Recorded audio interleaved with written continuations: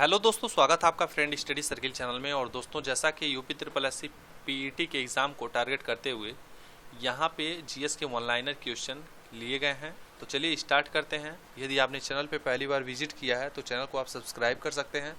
Video को like share जरूर कीजिएगा। चलिए स्टार्ट करते हैं। जो मोस्ट इम्पॉर्टेंट है, ये क्वेश्चन आपको आने ही चाहिए, बार बार एग्जाम में पूछ लिया जाता है, तो बहुत कम समय में यानी 10 मिनट के अंदर ही देखकर आप तैयार कर सकते हैं। पहला क्वेश्चन है, संसद को संविधान में संशोधन करने की जो शक्ति है वो किस अनुच्छेद के अंतर्गत दी जाती है? कौन सा अनुच्छेद है? तो अनुच्छेद जो है वो है अनुच्छेद 368। यदि भाग पूछे किस भाग में संविधान संशोधन प्रक्रिया है, तो अनुच्छेद का जो भाग 20 है उसमें दिया गया है। पहले में तो आपको पता ही है संघ और उसका राज्य क्षेत्र है, दूसरे में नागरिकता। आप दूसरे का भी याद कर लीजिएगा कि जो संविधान का भाग 2 है वो नागरिकता से है, और तीसरा जो मोस्ट इम्पॉर्टेंट तीसरा चौथा, तीसरे में मौलिक अधिकार और चौथे में नीति निर्देशक तत्व। ये चीज़ें याद रहनी चाहिए। पहला, दूसरा, तीसरा, चौथा याद कर लीजिए, और यहाँ पे मैंने 20वां बताया जिसमें संशोधन की प्रक्रिया दी गई है। अगले क्वेश्चन की तरफ बढ़ते हैं। छत्रपति शिवाजी की माता का नाम क्या था? तो राइट आंसर हो जाएगा जीजाबाई। यदि इनके पिता के बारे में पूछे कि पिताजी का क्या नाम था, तो याद कर लीजिएगा पिता का नाम शाहजी भोसले था। और यहाँ पे संस्थापक भी पूछ देता है कि मराठा साम्राज्य के संस्थापक कौन थे, तो शाहजी भोसले थे। यहाँ पे माता का नाम है तो जीजाबाई। ठीक है। मीराबाई के गुरु का नाम क्या था? तो संत रविदास।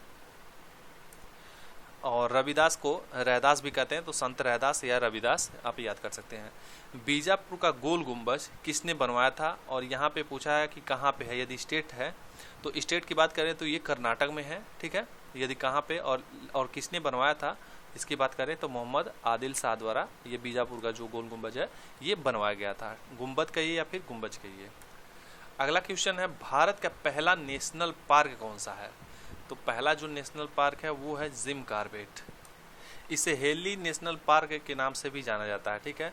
और दूसरी चीज़ कि ये किस जगह पे है, तो याद रखिएगा कि उत्तराखंड में है। ठीक है। प्रवासी भारतीय दिवस कब मनाया जाता है? तो 9 जनवरी को प्रवासी भारतीय दिवस मनाया जाता है। भारत के स्वतंत्रता क्यों मनाया संग्राम जाता का है? नेतृत्व किया।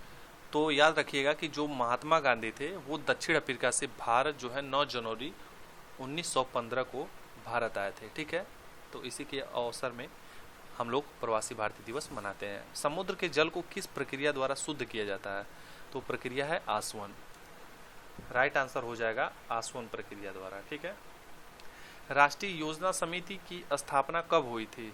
तो योजना समिति की स्थापना जो है 1938 में हुई थी। लोकसभा के चेयरपर्सन को कहते हैं, तो लोकसभा के चेयरपर्सन को स्पीकर कहते हैं, जिसे लोकसभा अध्यक्ष भी कहते हैं।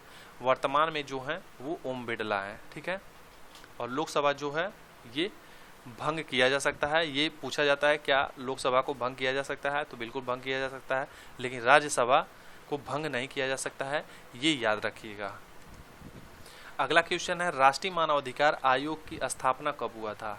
तो राष्ट्रीय मानवाधिकार आयोग की स्थापना जो है 1993 में किया गया था। वर्तमान में इसके अध्यक्ष कौन है? तो वर्तमान में इसके अध्यक्ष जो हैं वो अरुण कुमार मिश्रा जी हैं। राइट आंसर हो जाएगा इसमें 1993। ठीक है। भूगोल के पिता की उपमा किसे प्रदान की गई है या फिर किसे कहा जाता है भूगोल का पिता? तो आंसर हो जाएगा हिकैटियस। ठीक है। कभी कभी ये भी पूछता है कि भूगोल का जनक किसे कहते हैं। ठीक है। यहाँ पे पिता पूछा है तो हिकैटियस, और जनक यदि पूछता है तो इरेटस्थनीज भी याद कर लीजिएगा, और दोनों ऑप्शन रहेंगे तो आप हिकैटियस ही टिक कीजिएगा। ठीक है। चलिए मिलते हैं अगले क्वेश्चन पे। गंगा नदी का वाटर टावर किसे कहा जाता है? तो राइट आंसर हो जाएगा नेपाल।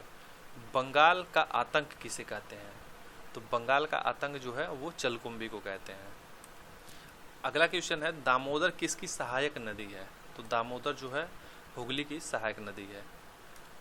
यहाँ पे भूकंप मापी की खोज किसने किया था? तो इसका जो आंसर है वो है जॉन मिल।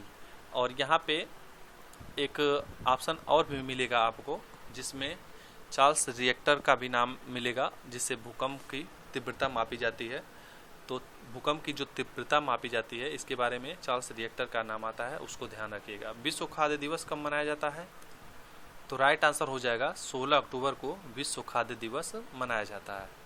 श्वेत कोयला किसे कहते हैं? तो जल विद्युत को श्वेत कोयला कहते हैं।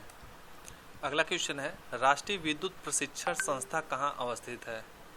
तो राइट आंसर हो जाएगा फरीदाबाद में। ठीक है। अक्षय ऊर्जा दिवस कब मनाया जाता है? 20 अगस्त को अक्षय ऊर्जा दिवस मनाया जाता है। खादी एवं ग्रामोद्योग उद्योग की स्थापना कब की गई थी? तो इसकी स्थापना जो है 1956 में की गई थी। राइट आंसर हो जाएगा 1956। मार्ले मिंटो सुधार बिल कब पारित किया गया? 1909 में मार्ले मिंटो सुधार बिल जो है पारित किया गया। भारत का प्रथम मानचित्र कब और किसने बनाया था? तो राइट आंसर हो जाएगा 1952 में एनविले ने। झीलों का अध्ययन किसे कहते हैं?